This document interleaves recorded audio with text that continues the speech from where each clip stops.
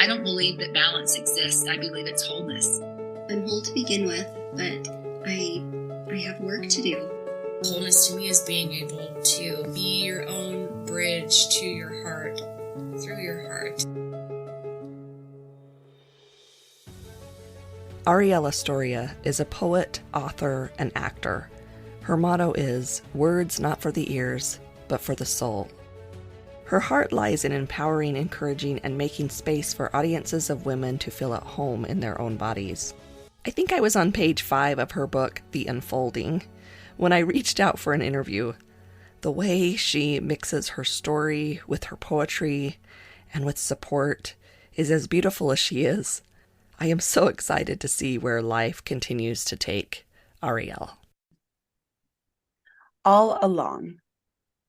A woman can be all things, both bright and bold, flickering radiance and stark beauty, daring and soft, wild and steady, quiet and audacious, able to pave the way of courage for herself and the women to come after, piercing through generations of fear. I stand out because I was made to.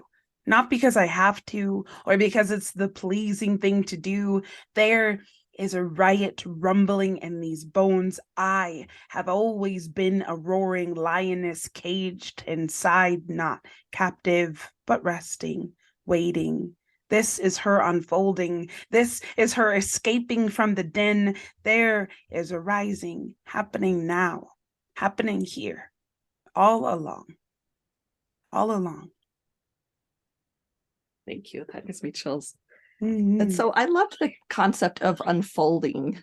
And so what does that metaphor, how did that metaphor speak to you and creating this book? Yeah, well, I think it was definitely birthed out of a season of hearing a lot of fellow peers and individuals doing this art and work of deconstructing, and that could be spiritually.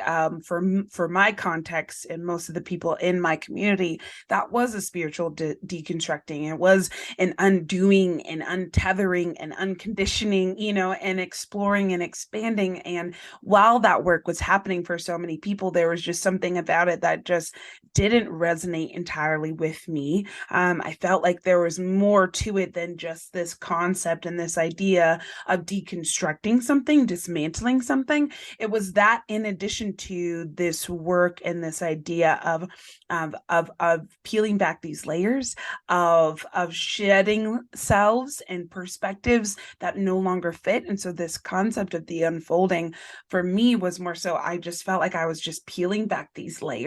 I was just letting things release. I'm a plant mom, and so I learn a lot from my plants and from leaves and from nature. And to watch how in every season there's this dead giveaway, if you will. Things give away and release in order to become.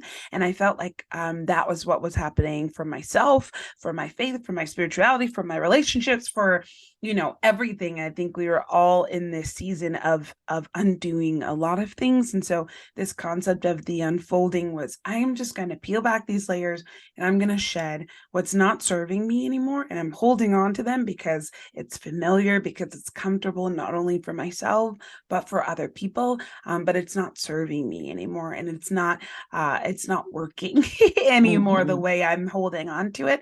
So I gave to the art of the unfolding, which is just releasing and shedding. And I think it speaks specifically to women. And I think there was this necessity for, and that's why I loved the unfolding, because the metaphor of that just feels, we were so closed up and covered and protected and those kind of things, maybe because we needed to. And I liked the way maybe people would say broken open, and I think that's applicable too. But I loved this idea of unfolding because it's just gentle. It's just this idea of like, we're supposed to be unfolded, Yeah, absolutely. I loved that. So I loved in the book, the book is The Unfolding, an invitation to come home to yourself.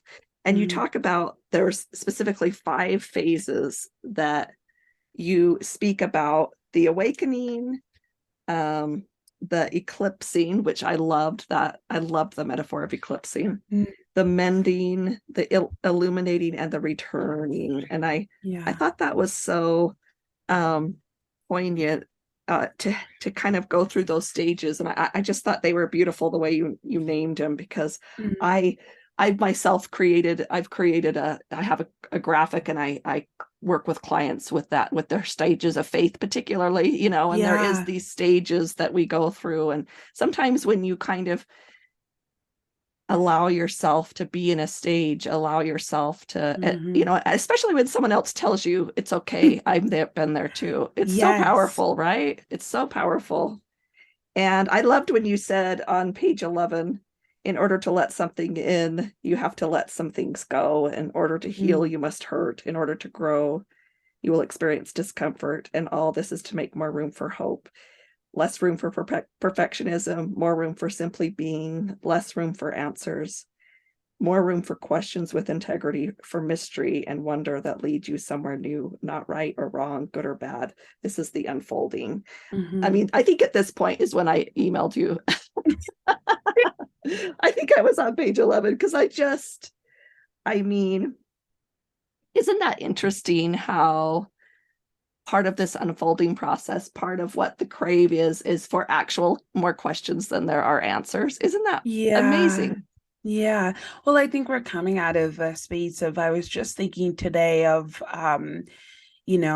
I got asked during one of my book readings, like, okay, if we're in the unfolding right now, if we're in the middle of it, what's next? And then a lot of the times those questions get brought up because we're coming from a context and awareness that faith has to be certain and that it has to be directional.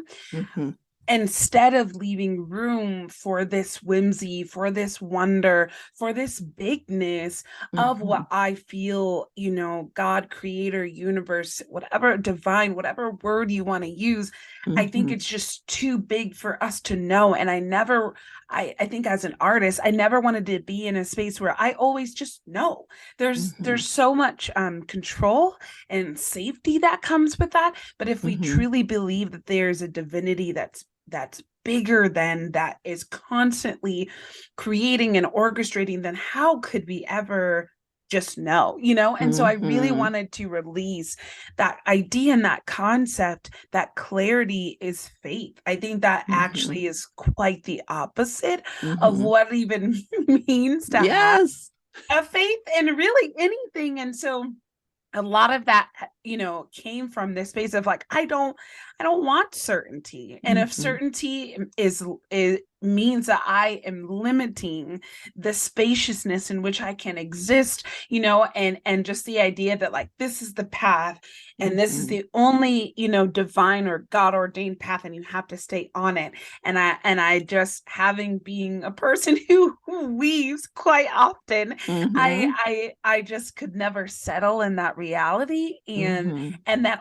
also felt very limiting to my spirituality at the same time. And so, I'm definitely at a space now where I'm like, if I think that I figured it out, I think I might be doing something wrong. Like if I think I've just gotten it, and there's a level of confidence, there's a level of certainty, there's a level of groundedness that I think is a part of who we are and is central to how we operate. And yet that doesn't mean stagnant, that doesn't mean this is what it is, this is the reality of everything, and that's it. It doesn't mean black and white. I think there needs to be more room for nuance and growth, and that's just kind of like where this unfolding space kind of chasmed for me, was just like, oh, I've been so safe and so comfortable, and now I'm going to start undoing a lot of that, which honestly, not necessarily by choice. I don't know if we find ourselves here because we want to dismantle and unearth everything we've been taught to believe and raised and conditioned to be. I don't think we genuinely desire to go about that work, but I do think it finds us regardless of whether or not we want it to. I agree. I was going to ask you next. Do you think it would be possible, maybe that the awakening part could come without pain or suffering? Like I don't know. Gosh, I don't know. I think there will always be a level of shock and dismantling Yeah. to it. I would love for it to be a smooth, Right. turbulent free transition in space. I would love to, like it's just like when you wake up and you're just like the slow morning wake up. I don't think Yes. it often is and if it is, it's like that moment in, Freaky Friday where she wakes up and it's like so relaxed, and then she looks in the mirror and she's like, what just happened? So I think it's more that energy. If there is a slow wake up, something is going Right. to jolt us awake, Yeah. And I think that's just the reality of situations in which we wake up to. Yeah. hmm Yeah. Unfortunately, I think you're right. And I think, but I liked how after this awakening, because we all struggle, like you say, it's an abrupt awakening in the process. And so Yeah. what was that eclipsing like for you? Gosh, I feel like the eclipsing was almost worse than the awakening. The waking too is really eternal. I Mm-hmm. think the coming to the realization of like, oh, I'm undoing some stuff, and not Mm-hmm. that I'm just now doing it.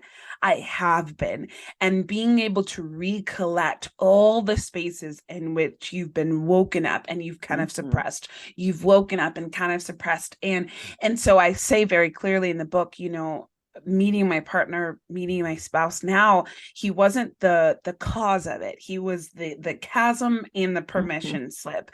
But I had Mm-hmm. had so many moments that led me there, that I Mm-hmm. think were guiding me there. And he just kind of like erupted and made me wake up to it.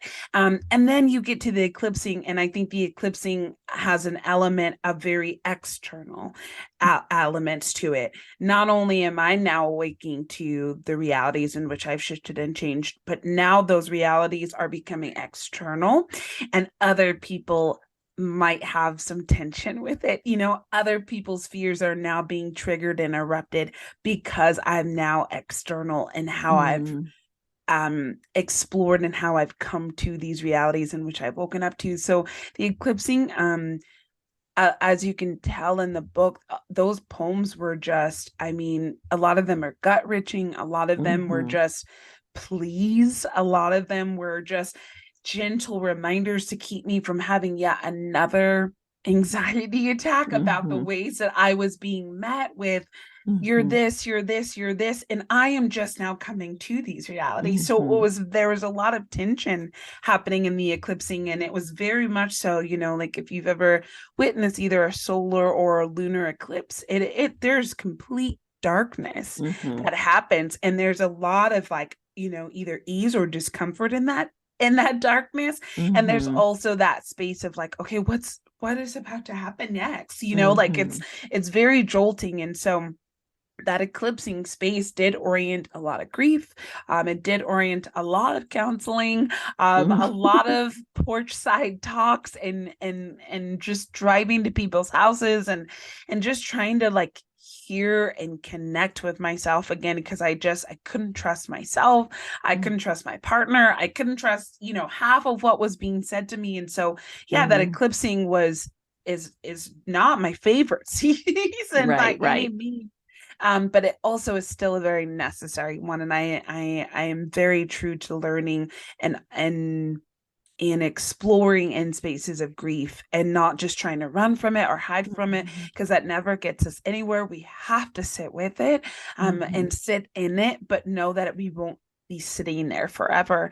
And so, yeah, the eclipsing was a doozy. And it's in addition to waking up to some Yeah. things, so I won't sugarcoat Yeah, what yeah. that was like for me. But I do think the awakening was this internal experience, and then it became very external in the Yeah. eclipsing. That's a good way to explain it. And for you, it was particularly hard because it was in 2020 and there was a lot going Yes. on there. So much happening. I mean, what wasn't Yeah. happening in 2020? Like, meant to get married, you know, in a way that we thought, you know, planned a whole wedding, whole 150, you know, people wedding, and then lockdown started happening and these trickles of this pandemic and things started to shift. And then we have this uprising of, you know, not even uprising, but this social uprooting of just racial issues. And then it's like, what do we hold here, you know, and how do we hold it here? And then my uncle passed, and then George Floyd passed, and it was just like thing after thing after thing. And I look back and I'm like, oh my gosh, 2020 was just a season of just, there was so much in our soil that needed to be uprooted, and we had ignored it and suppressed it for so long. And it was like, nope, we're going to deal with this now, you know, which is just exhausting. Yes. Yeah. And I know you even say in the book, you know, you can't speak for everybody, you know, and it was hard, but I do want to pause for a moment, because I think there was that uprising, but I don't know if there was resolution. I don't know if we've had a resolution yet, you know, and I don't think that's too much to ask. Some resolution, you know. And resolve. And I thought, you know, and like I say, you can speak for yourself, but from your experience, you know, what could we do, or more, you know, what is that calling for us to do? And I hope in just this few minutes of conversation, you know, we can just hold it for a minute. If nothing else, we might not be able to solve it. Right. But if we can just hold it and feel within each of ourselves, just experience the sensations that come up, that's really a big step forward. It's just to acknowledge the feelings that come up. Because too often we push them away, or we try to justify them. But the fact of the matter is, from my opinion, we as human beings, our sensations in our bodies are all similar. They just might be have a little bit different story, you know. So let's connect on the sensations. Let's see what we can do. But I think it's fair to ask, you know, what can we do better? What do we need to do better? I think we constantly need to be willing to be uncomfortable. I think that's where it comes down to, is a lot of just not wanting to be outside of the comfort zones, of wanting to not be outside of being right, of wanting to, you know, ignore and dismiss other people's feelings and experiences that look differently than ours. I think it really comes down to that. And also realizing, like, so much of what we've experienced, whether that be, just like discrimination for queerness, for race, for gender, and, you know, sexuality, for all of it, I think there's so many rules, guidelines, and boxes. And I think ultimately there needs to be a dismantling of all of that, because all those rules and guidelines and boxes are now systemically showing themselves in our systems of living and breathing and existing. And we are functioning out off of those fumes.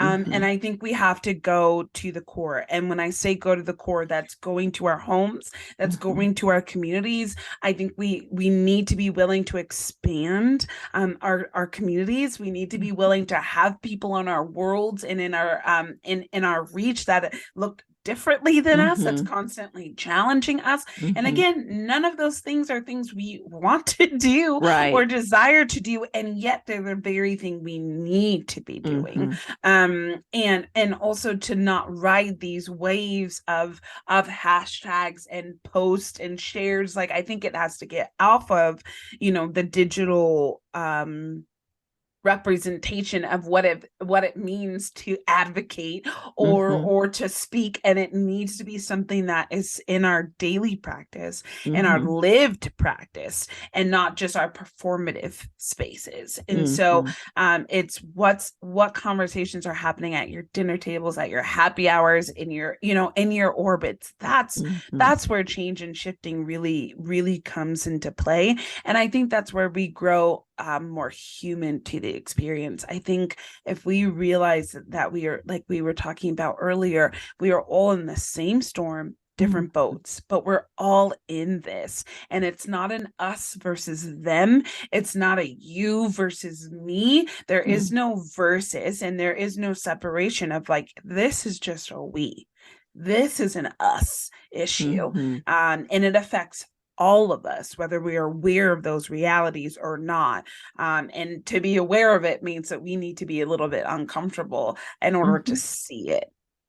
Yeah. I think you're right. And I think it goes back to the same, the purpose of waking up is to move out of that certainty. I mean, and so it's the same kind of thing to shift into this. It seems to be natural. It was for me when things shake up and you all of a sudden go, oh, you have that moment. Then all of these things kind of come very quickly after. It's like to understand, oh, they're actually in my mind somewhere along the line. I thought they were different. There was something different there. Right. And they're not. They're not different. This is they're very similar. Very like I say, around no matter what language you speak, emotion's the same. Emotion is the same. And we kind of think that someone might not have as much impact on their emotions if they have a more difficult life or sure, but why would that be the case? Why is that something so certain? Again, it's back to the certainty, and I loved it. And I was hoping you could read on page 91 that poem Humankind, because I just thought it fit here so well. Humankind.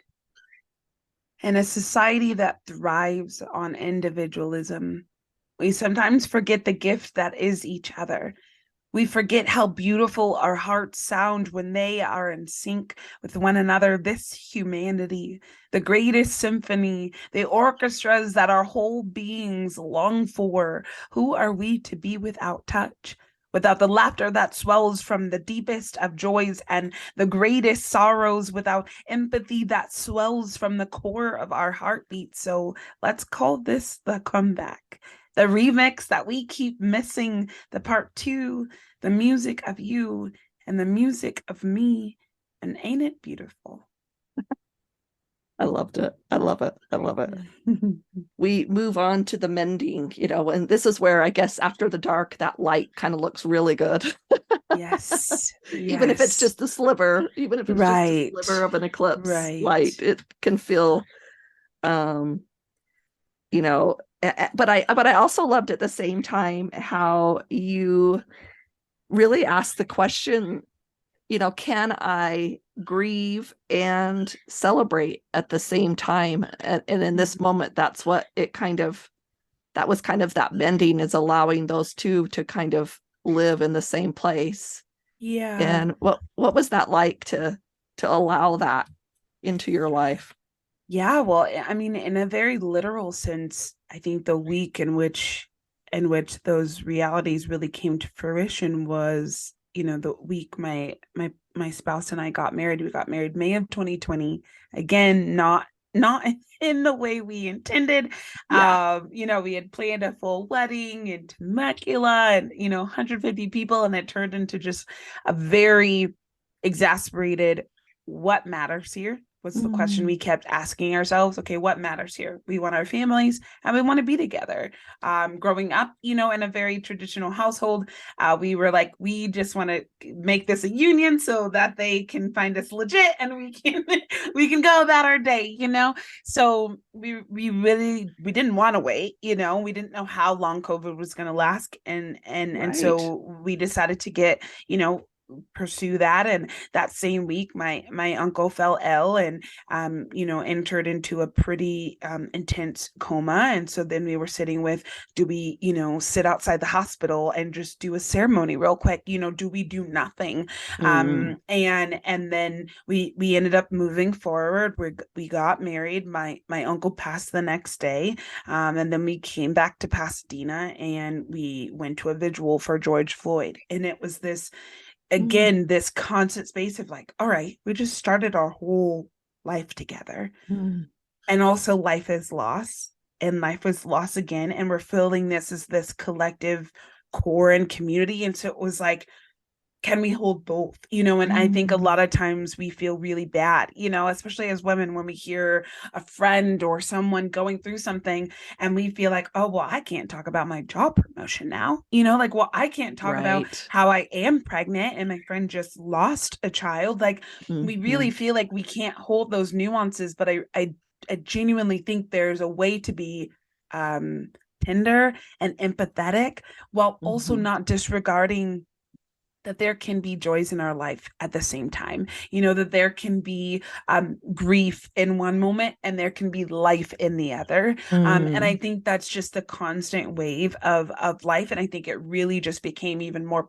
prominent in the pandemic, where it was just this very strange space where we were just holding everything, Yeah. and some of it was joyful, and we might find guilt, for holding that joy in the midst Right. of all that. And that's okay. I think that's just because we're not so great at balancing the nuance of things. And nuance doesn't mean that life is going to or has to look one way or the other. And more than likely it's not. So that season came very literally, where it was like, okay, I'm super excited. This is the love of my life, and I get to start my life with him.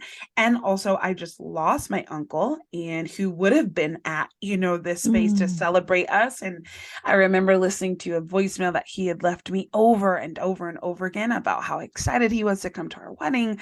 And so it was just like weeping, and then so feeling so loved, and like feeling so full of light and hopeful about the future, and then grieving that we have lost another Black brother to just senselessness. And so it was just, face was just like, first the question of what matters here. Can I hold all of this? And yes, and getting into that space of yes and, which I talk about, that's an improv exercise. It's like, you can't go into an exercise with your partner and say no. It's yes, and this is, this is happening, and this is happening. And I really felt like I was really playing this game of improv with life, in a very literal sense of like, yes, this sucks, and this is the reality of what's happening, and we don't know what's going on, and everyone's very confused and trying to figure things out. And I'm really loving this time, to build with my partner, and I'm grieving. And so it was just that constant space of literally holding both, and not having to choose one or the other, but living serendipitously with both. Yeah, and I think I called it mending, but this is the illuminating. I don't know if I did that or not, but okay. I love that. It was interesting that you put it into this section, because I could just tell that there, you had done enough in the dark that this actually had been the illuminating part, because I think some people would have put that, in the dark. Yeah. But there had just been enough of that that's why, I mean, illuminating, it's such a good word, because it's happening, it's not happened.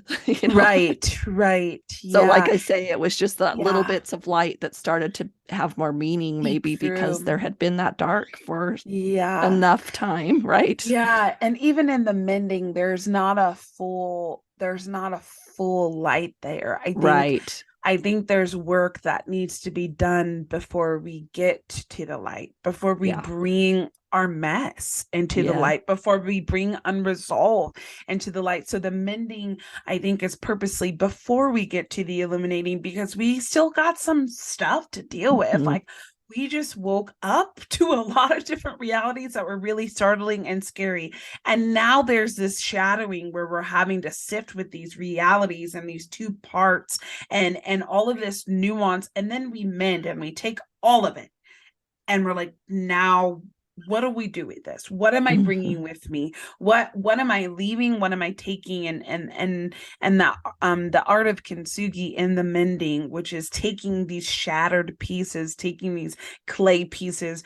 And I think what the illuminating does is we take that into the illuminating, and we add this gold lining to it. And we don't not see the realities of where it was broken. We don't not see what we left behind and what's no longer a part of the wholeness. But that doesn't mean we can't bring that into the light with us. That doesn't mean we can't celebrate what we just went through, and what we just overcame. And so I think there's definitely some work and some shadowing that still happens in the mending, because we do have to do that work before we bring some things into the light that's, and maybe more gets brought into the light and that's unresolved, and we figure it out. Like I said, these phases are not cyclical. Right. They're not linear. I mean, Linear, they're right. very cyclical. They're happening all at once, at the same time, and in different ways, and reversed and all over the place. And so I think when we release that idea that it's going to be in this order, we realize how much they truly genuinely overlap as well. Yeah, I loved that metaphor. We did a retreat for years, and at the end of the day, after going through all the healing work and all that stuff, at the end of the day, we'd have them come in and we would draw gold along their, along their face, because we had talked about that, and just to recognize that. And that was the metaphor of it. It was, that this, right, you feel broken, and yet these broken pieces are the very things that help you, you feel like you have actually become more priceless, more, right, because now you're in recognition and experience, and it's kind of empowering to take back that brokenness and to say that was worthwhile, that was helpful. That was helpful. And I loved in that part of the book where you actually put in the book a permission slip, a permission slip to, and I think that's important. Sometimes we women, we really do need someone else to say, it's okay. It's okay to do some of the things that you need to do to be in that place, to grow and to expand and things like that.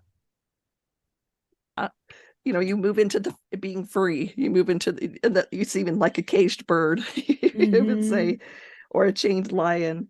Yeah. But you ask, what are the things that hold you back? What are the chains that keep you from being your fullest and most free self? Chains are not always literal. There are moments when we are bound to brokenness that doesn't always belong to us. That is a chain. I really loved that. Just the idea that needs to be said. Sometimes I do a lot of I do a lot of coaching and these, like, and we're very much into, we create our own lives, and that we're very responsible for our lives, and we attract into our lives what we attract. But and sometimes I get in trouble because I'm like, I know, but there's something called a trauma, or there's something called abuse, or there's something called whatever that is a chain that binds us down, and we have to it's like with your and sometimes we have these pains, and sometimes that means that it kind of shifts the expectation we can have of ourselves, or that we should have of another person.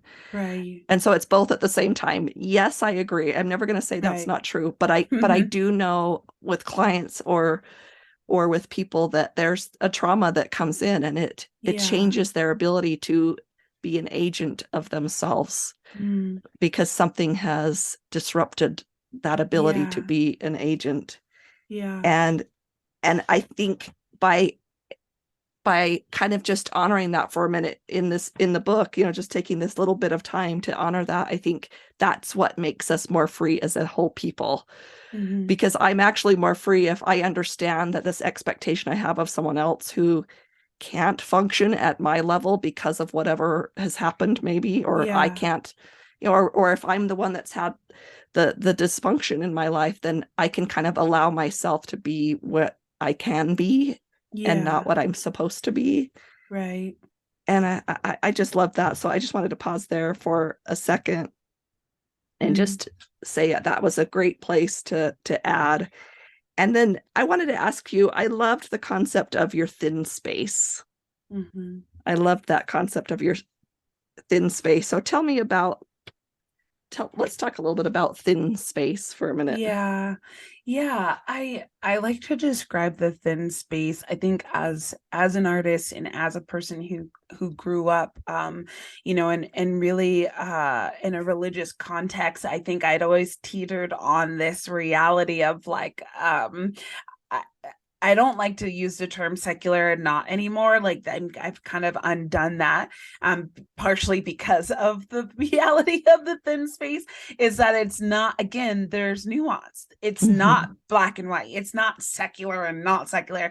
I kept experiencing, the idea of God or the idea of something bigger in open mics, in concerts, in spaces that were not strictly divine spaces, and yet I kept experiencing divine things. It's like that moment when you get those goosebumps or and something's like happening, you're like, oh, I'm kind of tingling, like what is going on? I think those are invitations into this thin space. And what I mean by thin space is that there's the rules and the guidelines that we put on how things can and cannot look are lifted, and we find ourselves super open. I think yoga opens me up to a very thin space, this very connected space, this very space where it's not this and that. It's not heaven is here and earth is here. It's all just very connected and very fluid and very interlaced and intertwined. And so I think that's what the thin space was for me. It was that integration of like, no, I don't think things are secular and not. I think it's way more interconnected than we've been made to believe, and not as separate as we've been made to believe. And what invites us into that? And I think for me, I felt like I was experiencing so much of these out of body moments and out of body experiences where I felt like my spirit, my soul, whatever it was watching my physical self live and exist, and in ways that were not fluid and flourishing, and so I think I needed that out of body moment in order to tap back in and to be present, to be engaged, to be free and connected. And so I think that thin space is whatever separation of this or that, or secular or not, or divine or free, or whatever, change or unchained. It's where those release, and it's just, you're just so grounded and so present and so in the moment, and it's not as separated, as it has been made to believe, or that it is. And so I think for me, a lot of that thin space was just being able to tap in to the more, to the whimsy, to the wonder, to the kairos, and realizing that it wasn't as separate as I was made and kind of taught and raised right. to believe. Yeah, isn't that it? Similarly, I think, I wonder, I'll say it this way, I wonder, right? Yeah. We can imagine. Yeah. Because if we talk about all those places you were, there was one thing in common. There was a common denominator, and that was you. What if we allowed ourselves to be like, we are the common denominator. We are we are divine in ourselves enough that every place we step has the potential to be that thin space. I wonder, I think for me, if I felt that way about myself, I think I would show up, in this awakened, loving. I don't think I would just take it and say, well, now, I don't think I would feed my ego with it. You know what I mean? I don't, there just is no ego in those thin spaces, right? Right. But since you were there, and every place that you went and you felt that you were there, gives me a clue that maybe it's because you are part of the divine. Sure, maybe that's something, this, the unfolding, maybe that's what it unfolds into, something divine. And that's the real, it's really scary to claim that, it's kind of really scary and feels wrong in some ways to claim that. And that's why I say I honor that and where people are at on that. But what if, what if I allowed myself that? I think it's the thought of It's not about me, and yet it's bigger than me, and yet Mm-hmm. I'm a part of it all at the Yeah. same And, time. yeah. And yes. And I think Yep. for me, having, coming from a background that was so much of less than me, and I'm not in the equation, and I'm just a vessel, Mm-hmm. meaningless vessel. No, I think it's more so once you step into that space, you're like, oh my gosh, it's so much Mm-hmm. bigger than me, Yes. and yet I'm a part of it, Right. and I think it's that and conversation. Right. And so yeah, I think even, coming to terms with, like, I know I have the ability and the gift to shift, Mm-hmm. spaces. Mm-hmm. I've always kind of felt that, and I think, a stage presence, whatever you want to call it, Mm-hmm. there is a presence, and I don't take that lightly. And so I think that is what I've continuously come back to is, it's not about me, it's so much bigger than me, and yet I'm still a part of Mm-hmm. this. Mm-hmm. Mm-hmm. Yeah, because what if, I mean, if every person, there's, an abundant universe, we don't divide and Yeah. share. It's Yeah. abundant. Yeah. It's abundant for everybody. So everyone is allowed the same divinity. Everybody's Yeah. allowed to hold the space at Yeah. the same time. And I mean, Yeah. that is heaven to me. That Mm-hmm. sounds like heaven. Everybody shows Mm-hmm. up in their greatness with Yeah. enough of themselves, you Mm. know. And it's just too bad. I think that's why the unfolding is necessary, because we have Thank been you. programmed in certain ways to, especially as women, to be Mm-hmm. humble, whatever you want to call it, to be Mm-hmm. spiritual, if you want to call it that, to be Mm-hmm. even kind, means that Yeah. that we suppress, or that Right. we tap down our greatness. And I wonder, like I say, I just think if someone from another planet showed up here, they would ask, why did that happen? They would just be curious, like, hey, and Right. we're like, it's just the water we swim in. Yeah. We It's just just have how we never known are. any different. Yeah. We Yeah. have known any different. I loved when you talked about the returning. I loved this. I underlined this. For me, the returning was being reunited with my sanity. It meant I trusted myself again, my decisions, my discernment, my intuition. Mm-hmm. Hallelujah. Yeah. There's that moment, right? Yes. Yeah. Yes. It was definitely I think, there's a poem in there that ends with, there I am, and there I've always been. Yes. In this season of waking up, and and that being internal, and then this external response, there was just so much happening, and Mm-hmm. the suppressing of me being able to trust, this discernment, this wisdom, this knowing inside of Mm-hmm. me, the ability to trust, that I do know that I can trust my body, that my body is intuitive in her own right. All of these aspects, is definitely what I returned to. And it wasn't like I didn't know those things before, but I Right. there's just this constant conditioning and teaching that I couldn't, trust that it Mm-hmm. was wrong. And so I just had to come back to being like, no, no. And as I think natural as women, we naturally, and women identifying people, the feminine energy is a very knowing energy. Mm-hmm. It's a very just, we know, we Mm-hmm. might seek and we might ask, but ultimately there's just something in us, our gut, or whatever, Mm-hmm.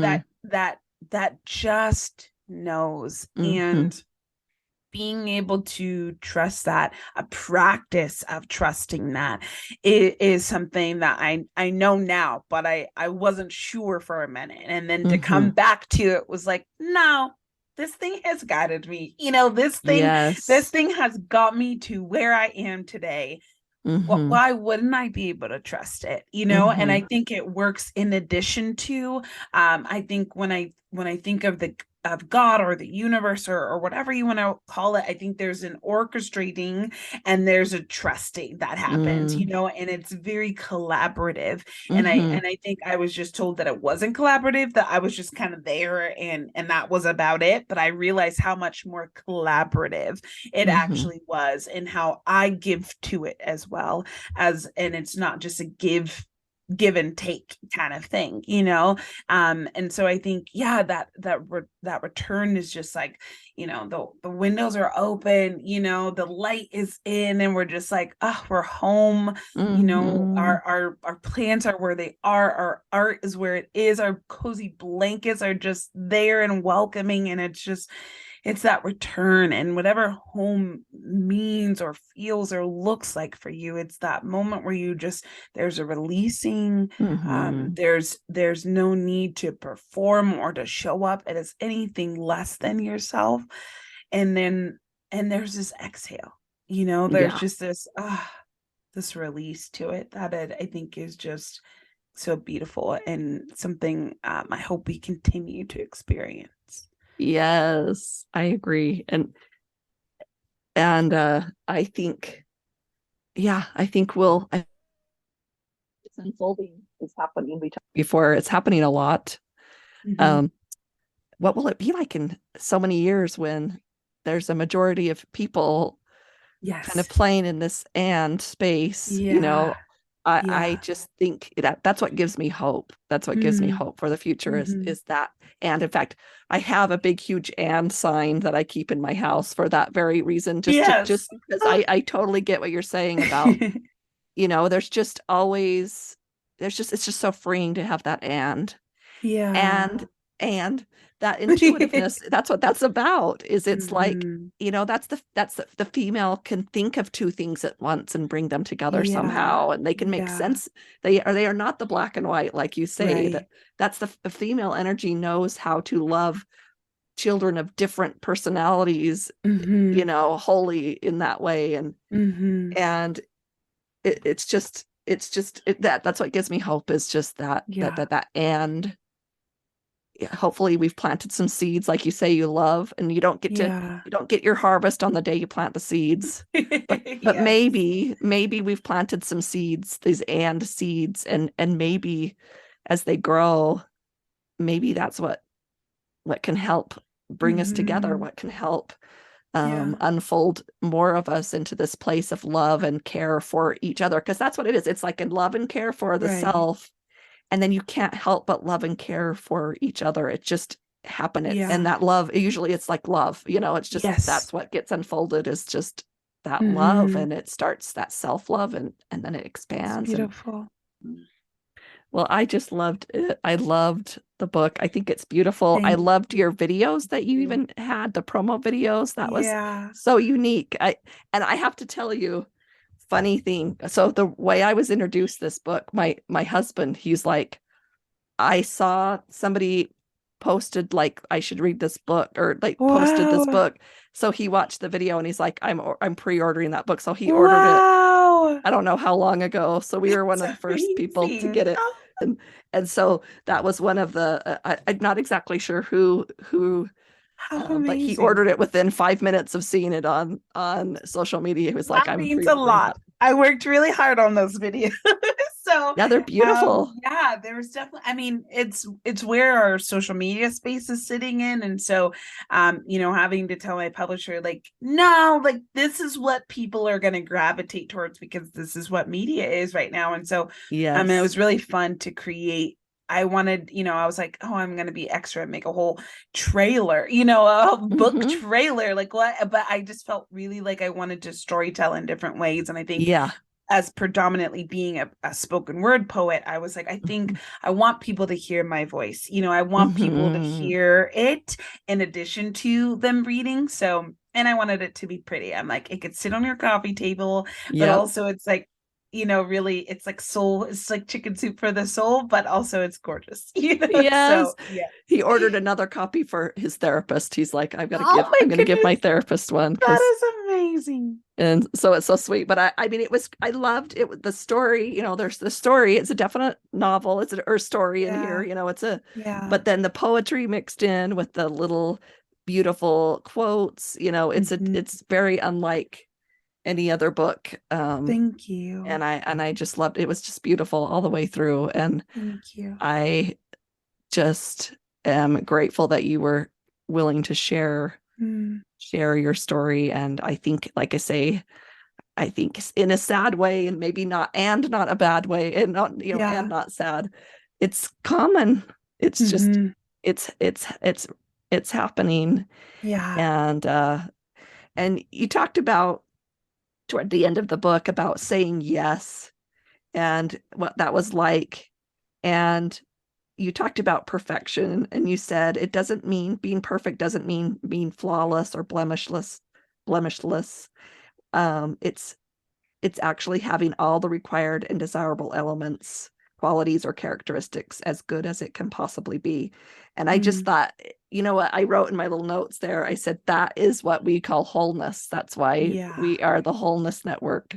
And because that's what it's the wholeness is a striving process. It's never ending. We're always acquiring wholeness, and at the same time we are whole and complete in who we are. And so I wanted to ask you about wholeness. What does that idea of wholeness, or you can go to your perfectionist, but what does that mean for you? I think I'm learning now that for me, a lot of my work within my spirituality, with connecting my body, I had been separated, and